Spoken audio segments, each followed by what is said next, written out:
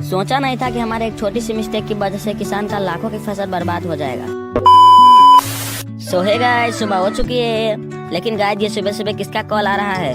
अरे ये तो सरपंच जी का कॉल आ रहा है। अरे निशु देशवाल, तुम अपने हार्वेस्टर मशीन को लेकर हमारे खेत पर आ जाओ, हमें अपनी गेहूं की कटाई करवाना है।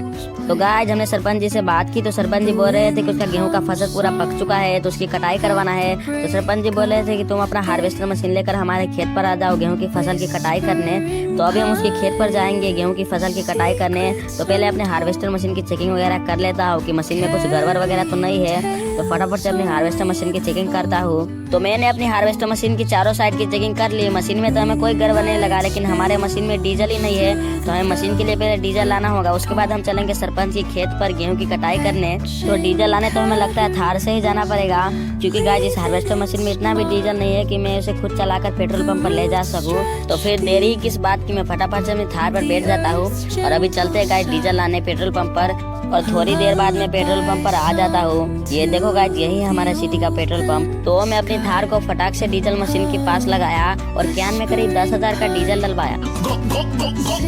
तो अभी हमारा कैन पूरा भर चुका है। तो फिर देरी किस बात की, मैं फटाक से जाता हूँ अपनी हार्वेस्टर मशीन के पास। गाइस मैंने पैसे भी भैया को ऑनलाइन पेमेंट कर दी है और फाइनली मैं घर पर आ जाता हूँ और मैं पूरा फुर्ती से हार्वेस्टर मशीन के अंदर डीजल डाल दी।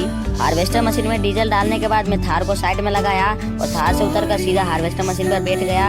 और अब गाइस हम जा रहे हैं सरपंच जी की खेत पर सरपंच जी का गेहूं की कटाई करने। तो चलिए अभी मिलते हैं खेत पर। और थोड़ी देर के ड्राइविंग के बाद फाइनली मैं खेत पर आ जाता हूँ और यहाँ पर देखता हूँ कि सरपंच जी का छोटा बेटा रहता है। तो मैं मशीन से नीचे उतरकर उससे बातें करने लगता हूँ कि कैसे कैसे गेहूं की कटाई करना है। तो सारी बातें हमारे हो जाती है। उसके बाद मैं दोबारा मशीन पर बैठ जाता हूँ और मशीन को खेत के अंदर लाता हूँ और मशीन चालू करके मैं सारी गेहूं की कटाई करने लगता हूँ। और थोड़ी देर तक मैंने जीतोर कटाई की। उसके बाद हमारा मशीन पूरा भर चुका था और यहाँ पर ट्रैक्टर भी आ चुके थे ट्रॉली लेकर। तो मैं खेत से मशीन को निकालता हूँ और फटाक से ट्रॉली में पूरा गेहूं भर देता हूँ। और उसके बाद ट्रैक्टर वाला भैया अपना ट्रैक्टर लेकर जाने लगता है। तो मैं फिर से हार्वेस्टर मशीन लेकर खेत में आ जाता हूँ और दोबारा से कटाई करने लगता हूँ। और गाइस कटाई करते समय मशीन के पीछे से कुछ आवाज आ रहे थे, तो मैंने उसे इग्नोर कर दिया।